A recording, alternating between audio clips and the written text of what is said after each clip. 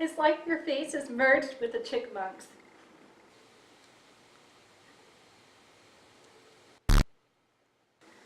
What's with the long, chubby face? It's Halloween. You should be happy, right? You think this is funny? Mm-hmm. You interrupted me last year.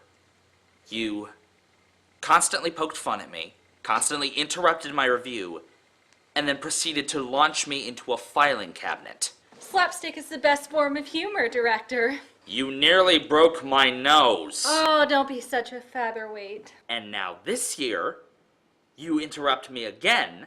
You halt 3 months worth of a review I was already working on because you thought it would be funny. Well, if you didn't have that short temper that made your cute little cheeks pop out, I wouldn't have been so entertained. My cheeks are not big. Not when they're sitting down, they aren't. Why do you do this to me? I don't understand why you're so upset, director. Last time I was here, it became your most popular video. That way you don't have to worry about your other video. What do you mean, other one? Hey, hey, hey! I see you crawling out of your hole there. Get back in there. Hey, hey! Get back in there. And besides, I even brought you a movie to review. You didn't bring me a movie. Yes, I did. No. What you brought me was the most insufferable, irritating, unfathomable hour and 20 minutes of pure dumpster fire that I have ever had to sit through. Now this time, say it without the stereotypical YouTube reviewer voice. The master of disguise.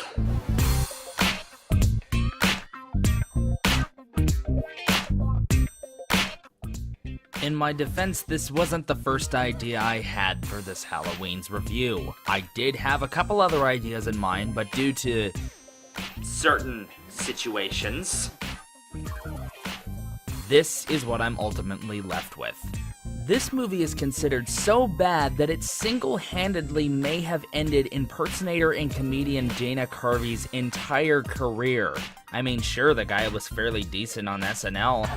Well, isn't that special? And he even did pretty well in Wayne's World, but at that time, he had Mike Myers backing him up. Although now that I think about it, I think Mike Myers went down a similar path. This isn't just a bad movie. It's not just a bad comedy. It's not even just a farce of a script. This is, without a shadow of a doubt, the worst movie I have ever seen in my... Worse than The Room. Okay, well, not as bad as The Room, but Worse than Birdemic. not really. Even worse than Cat Stadium. Alright. It's not the worst movie I've ever seen. You're doing that dumb, angry critic thing again. You need it fixed. Alright, fine. Look, my point is that you... And you wonder why I thought you were the nostalgia critic.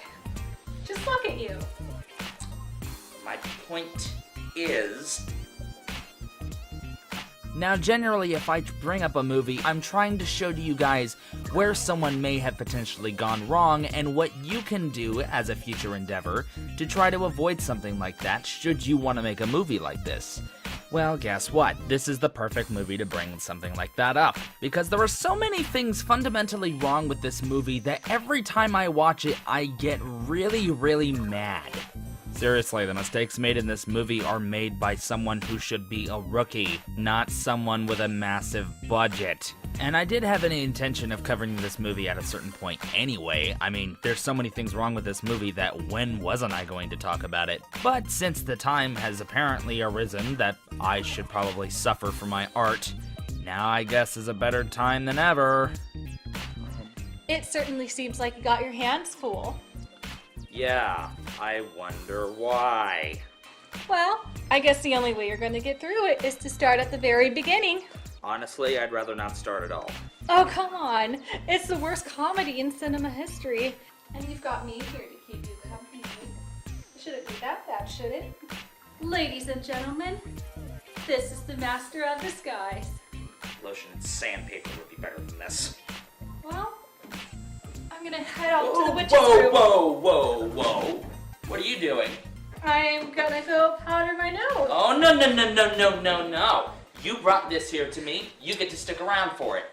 Why? You never want me in your reviews anyways. Oh, trust me, you're gonna want to interrupt this time. I'm sure you don't want me to. No. You stay here. Got it? Okay, fine, deal. Perfect. As long as I get to change your hat. Perfectly fine. Wait, what?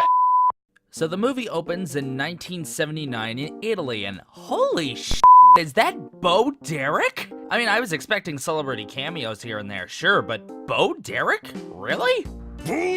Wait, Brent Spiner's in this movie too? Really? That woman is not Bo Derek. Wait, it's not? Oh, it isn't. It's just Thanos' dad. No, this turns out to be Fabrizio Disguisi. He comes from a long line of masters of disguise, whose role in society is still kind of unclear to me. I guess they're important to the story, so we'll keep it. Anyway, whatever he was doing here in Italy was enough to put this guy, Devlin Bowman, away for a long time.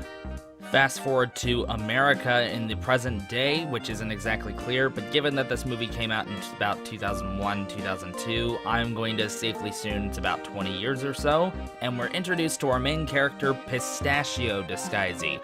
He works with his father in an Italian restaurant, but surprise, surprise, Pistachio doesn't like it all that much as he thinks he's called for something greater. And what the scene tries to do is establish that Pistachio doesn't really like doing what he does, but the problem is that what I get out of it is that Pistachio is not very good at his job to begin with. Look, I know he's your son, but why do you hire him?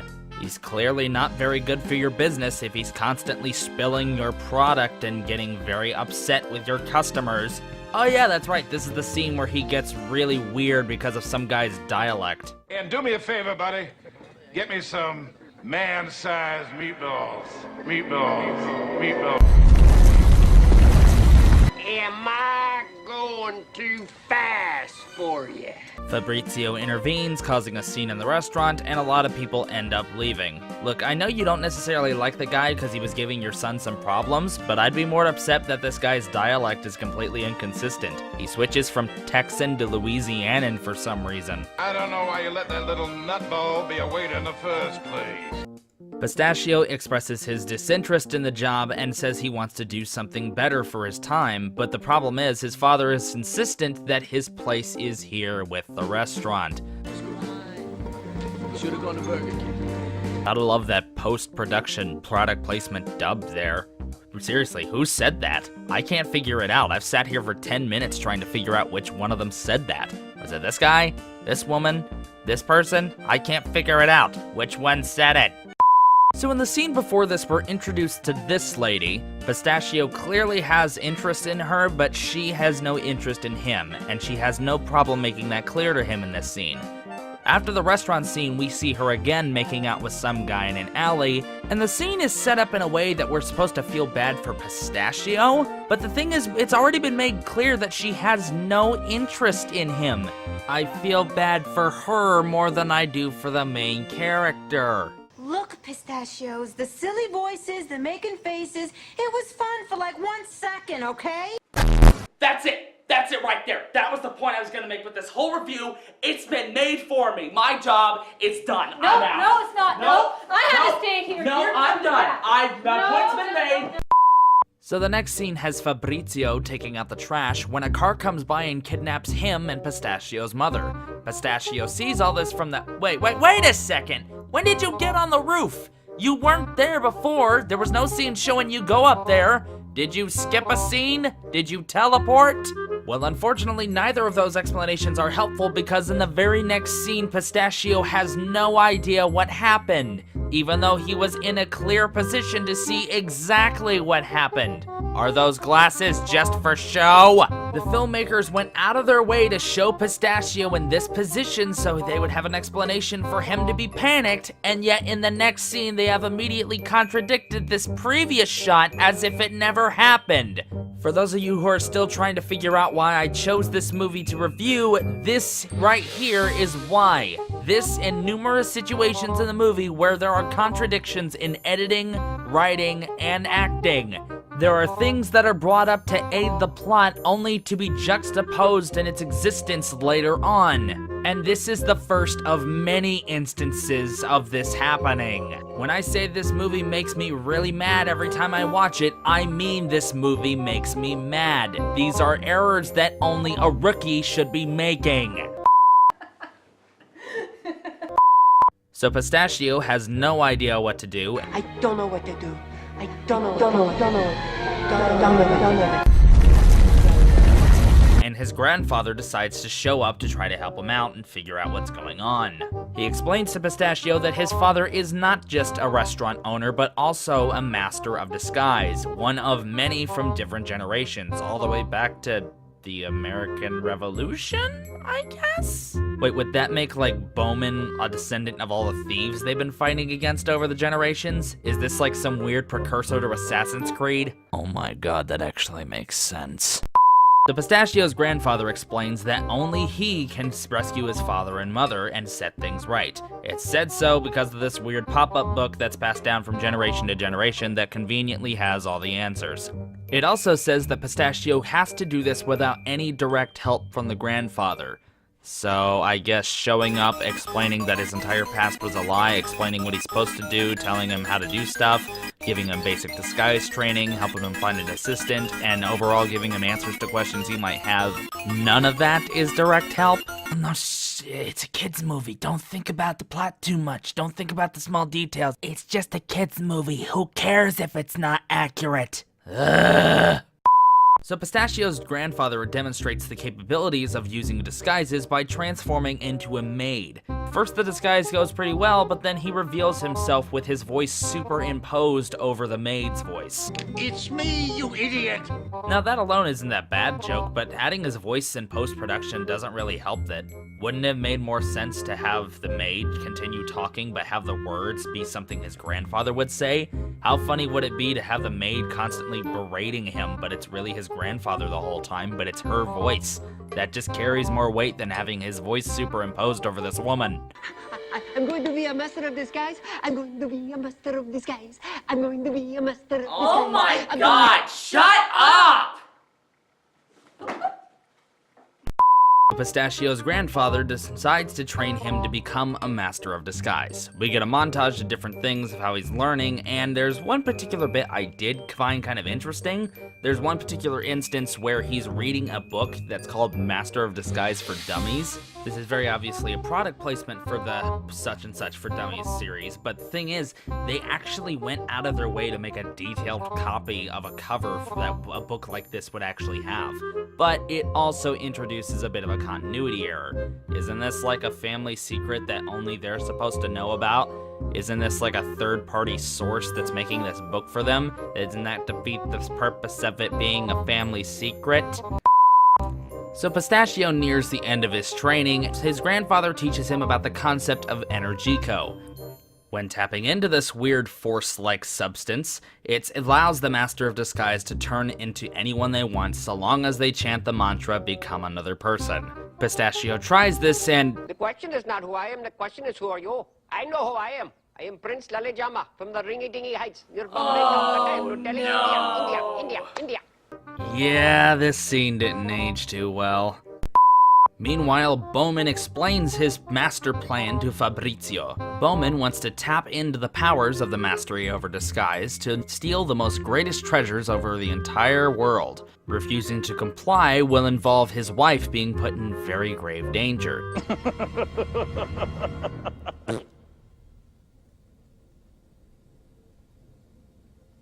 Well, I'll give him this much for going this long without a fart joke. Meanwhile, Pistachio's grandfather decides that Pistachio is not yet skilled enough a Master of Disguise to do this on his own, so he decides that he's going to need an assistant. After a small montage of a bunch of failed assistant interviews, we finally get to settle on our assistant for the movie, Jennifer, who is played by Jennifer Esposito. Arguably the only tolerable performance in this entire movie. What's it pay? Hey, what about being paid in honor, dignity, pride? Honor, dignity, pride, in its crib.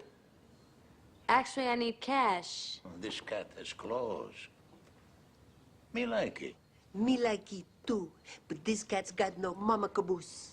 Okay, I get that the family has some weird genetically inherited fetish for monumental posterior, but what exactly does not having an ass have anything to do with not being able to be a assistant for a disguise master? If she's going to be disguising herself in any way, I would imagine that a smaller frame would make her more flexible and agile to fit into more outfits, expanding her versatility, and therefore making her more useful. So how, in the name of ass, does a lack of Brobdingnagian proportions hinder anything? Brobdingnagian proportions? The f was I drinking when I was writing that?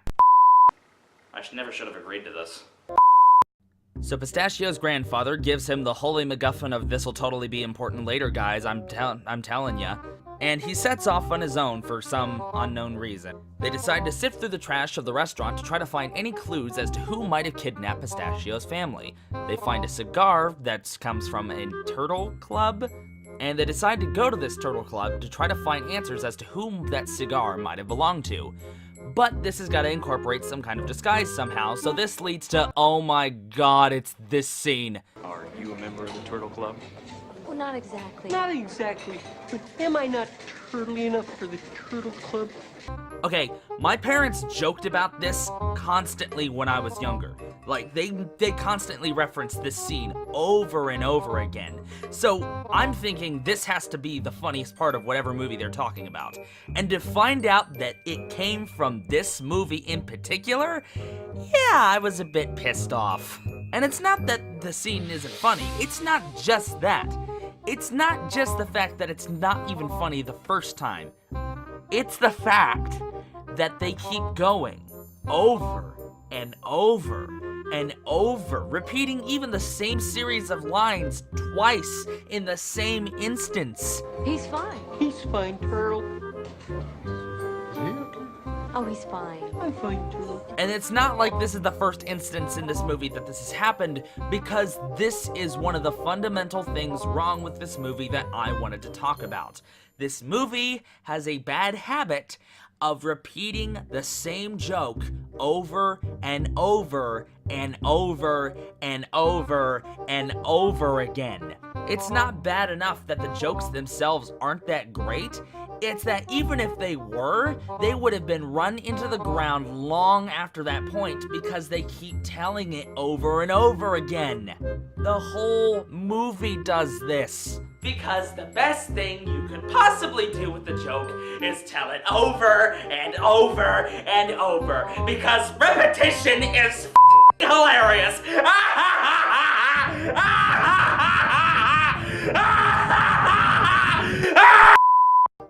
So they take the cigar to, oh hey, it's Eric Avari. You know, that one guy you swear you've seen him before in some other thing, but you can never remember his name for some reason. Anyways, they take the cigar to this guy, and he tells them that Devlin Bowman was the one who bought it.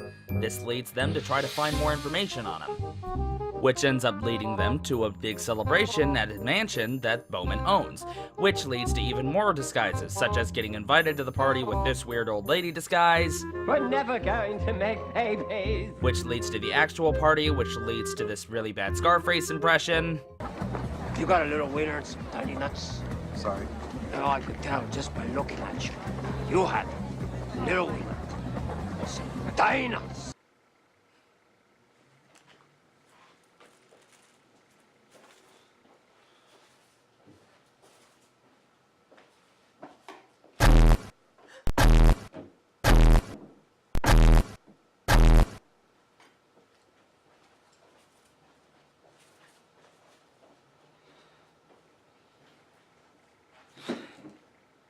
Are you okay? I will be when this movie's over. Which leads to a chase involving this weird thing. Well, let it do, my wee Spanish lady. And eventually an escape scene. Stop becoming another person. Stop becoming another person. Stop becoming another person. It is. But during this entire thing, Jennifer finds the evidence that definitely links Bowman to the kidnapping of Pistachio's parents, but since Pistachio had to make a run from it from the guards, she accidentally gets left there and held hostage, so he has to go back and get her. which leads to even more disguises like this weird German guy. And I'm here looking for Miss Jennifer Baker. To this weird England. Wait, what are you doing? You had a perfectly working disguise a second ago. The guards before, in the last scene, were chasing someone who could change disguises. You changing your disguise halfway when they leave the room for 1 second would immediately tip them off. You f***ing idiot. Well, you know what? It doesn't matter. You know why? Because they managed to get her out scot-free and no one suspects anything. F*** me.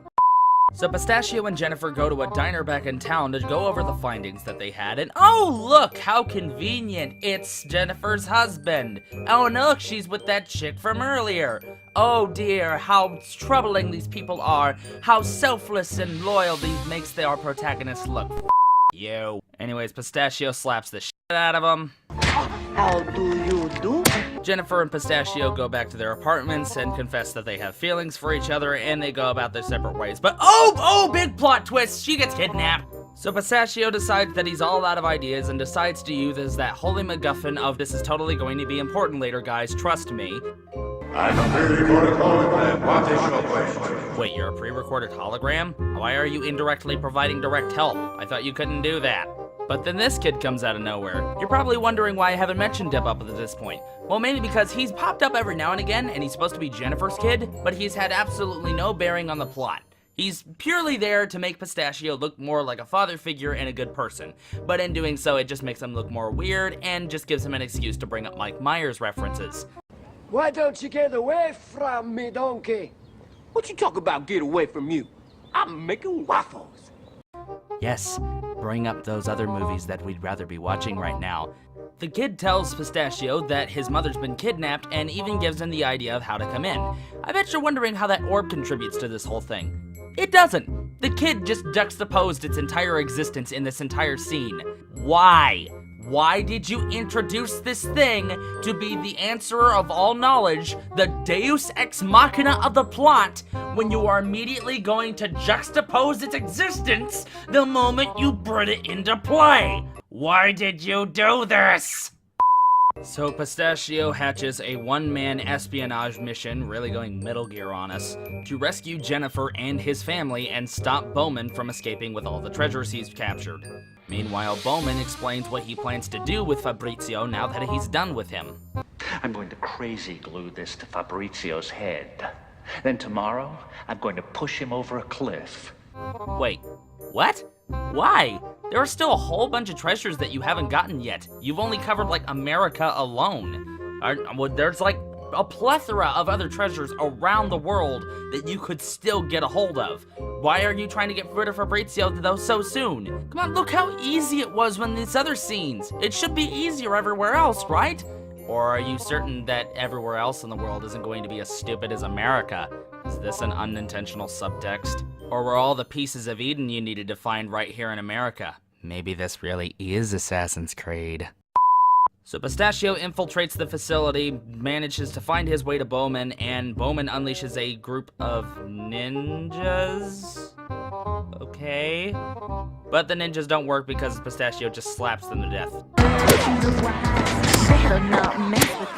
So Bowman unveils his master idea. In a last-minute effort, he unleashes his father, who has been brainwashed into thinking that he's Devlin Bowman, to not jump off a cliff this time, but instead to attack Pistachio. Again, movie, just like all the other times. This joke wasn't funny the first time! So Pistachio and his dad, disguised as Bowman, have one final confrontation, and... Bowman, please, don't you remember? I would put the underwear on my head. Wait, you have a method of doing it. Don't you remember that mantra from earlier? Don't become another person. Don't become another person. Why don't you just try that here? Or did you need a convenient scene calling back to that one bit at the beginning where he wears his underwear on his head? Did you need this heartfelt moment? Oh, good. A mustache, Papa. Yes. Oh, the nose. Yes. I thought Bowman said this thing was craggled. So we freed Mama. Jennifer became Mrs. Disguise. At this point, I think the movie is very obviously trying to wrap itself up very quickly because it's rushing through information that would have been better shown. But here's the thing, it's not like they didn't shoot this because they did. That wedding scene that they mentioned, yeah, that's in the post-credits. They could have very easily edited that scene right in between this one and the last scene, and it would have fixed 1% of their movie. Only 98 more to go. But we're not quite done just yet, mainly because Bowman did actually get away in that last scene, so we've got to track him down because he also has the Constitution of the United States. And who better to retrieve this historical document than the current president of the United States in 2001? Oh yay, things are getting political. I can't possibly think of how this may or may not age well. That almost looks like Don't mention it. Make sure you vote November 6th. If you're American. But then some weird thing happens. He reveals that he's in disguise, that it's really Pistachio the whole time. Yes, it is me, the master of disguise. But then during the big bit where he knocks him into the pool, he goes back into disguise. You can hear the dubbing of him going back as Bush. Can't even get the Constitution back. In disguise or not. You can leave disguise if you want, but you gotta pick if you're in or out. Pick one. Also, this scene goes to highlight how really distracting the stunt work is. Man, not because it's bad, but because it's cut so much that you can tell when the stunt is in or out. Most of the time you'll want to hide that, but this movie doesn't make any effort to it. He goes from awkward stance to Tekken 2 in the same scene. This one's for you, Chiefy. And just when you think this movie couldn't run any other joke into the ground anymore... Is he dead? You. And with that, after the longest hour and 20 minutes I have ever felt in any movie of this length, the movie is finally over. Ugh. Sleeping on the job again, director. My job is done, thank you very much. The movie's not over, though. No, the credits are here. It's over. Then what's with all the extra footage? Wait, hang on, what? Hold.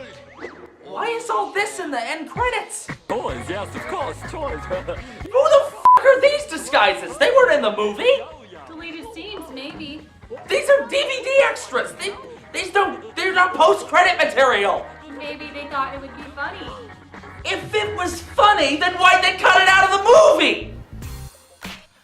This right here was the icing on the goddamn cake. Just when you think this movie is over, it barrages you with even more scenes that didn't make the cut, simply because they thought it would be funny. Because hey, you thought the rest of it was funny up to this point, why else would you still be here? And okay, yes, you can very easily just stop the movie right when the credits start, and that would be the end of it. But do you honestly think, in this day and age, when staying to the end of the credits has become the norm for movies now, and when the movie presents you with more footage to deal with, do you honestly think someone as nitpicky as I am is going to ignore something like that? And I wouldn't be so upset if this was funny, but it's just the same as the actual movie itself. It adds nothing. I'm sorry, I'm trying to find some way of suggesting how you could do this better. This is the part of the movie where I legitimately lost all patience. The Master of Disguise is a film that is beyond repair. This is one of those exceptions where the idea may have come from a place of intrigue, but due to one too many idiots on production, the whole thing drove off a goddamn cliff. Movies I've covered before, for the most part, I'd like to think have something about them that you could fix to make the movie better overall. Like, say, Hocus Pocus needs better protagonists. A Dog's Purpose needs to throw out its ham-fisted ending. But this movie is so filled with so many errors, it would be a hell of a lot easier and less time-consuming to just start the whole damn thing over. Now, would I recommend this movie to you in a ironic sense? No. If you are someone like me who can't watch a movie with their brain turned off, then stay as far away from this movie as you possibly can. To all you heads out there saying that people have to see this movie because it's one of the worst movies of all time, and if you want to be a genuine person who says you've seen every bad movie ever made, you have to see this one. Stop it. Get some help. This is what you're doing. This is what I want you to do. The only people I would suggest this movie to would be either A, someone who is an aspiring filmmaker or writer who wants to make a comedy, or B, someone who is a genuine fan of film. Because this, right here, is the ultimate example of what not to do when making a comedy. This movie, I guarantee, will help you understand what makes a comedy good. Mainly because you'll see everything that makes a comedy bad. And take it from someone who's actually written a full-length comedy. Are you kidding me? I shot you, you asshat! Aside from that, there's nothing else to be had here. And if someone wants to take a crack at this movie one day and try to remake it, then as far as I'm concerned, you can go right ahead. Be my guest. Because you know what? At this point, I don't think there's a possible way you could do any worse than this. It's always so fun seeing you get worked up over some piece that nobody cares to see. That was a bit on the nose, wasn't it? It's your script. So are you satisfied now? I think you know the answer to that one. You're gonna be back next year, aren't you? You're quite the spectacle director. I don't think I can stay away from you that long this time. Great. Just what I need. Some random, inevitable visit from some black magic woman. Now, don't think of it like that. Remember what I said last year. Trick or treat. Mm-hmm. Except last year was trick, and this year was trick. Well, maybe next time. It could be treat. I'll just have to wait and see, won't I? Take it from me, director. I'm a 723-year-old witch. Waiting is the fun part.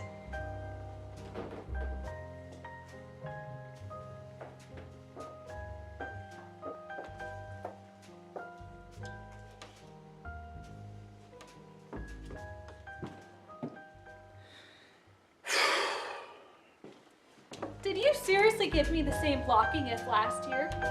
I was in a rush. Me. Was that a request? Weren't you leaving? I don't know. The script seems to keep rewriting itself. Maybe it'll be done in 5 months or so. You. Oh, here we go again. These mixed signals, they're confusing, you know.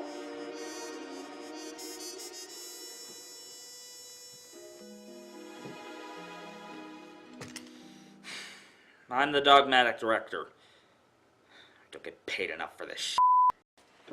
You don't get paid at all for this. Azula, I swear to fuck!